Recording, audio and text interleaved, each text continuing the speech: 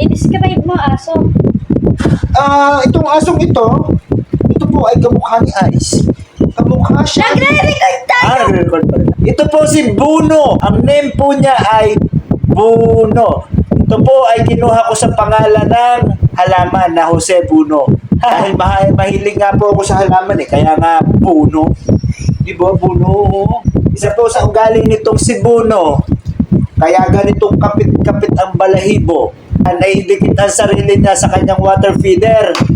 Mabubusbusan siya ng tubig. Tapos, bago humapon, dahil mainit ang panahon, ay di kapit-kapit na ang balahibo. Kulang po 3 garne para masabon ng ayos. Si Ice pala yung Mexica. Ay, nagre-record tayo din. Nagre-record pala ito. Sabihin kita sa fans mo. Fans ko? May fans ba ako? Ito nga pala yung aking director. Siya nagsasabi kung anong mga dapat kong gawin. Pakita ka nga, Ice. Hello po. Hindi ka yata kita. Kita nga. Yan po ang ating director.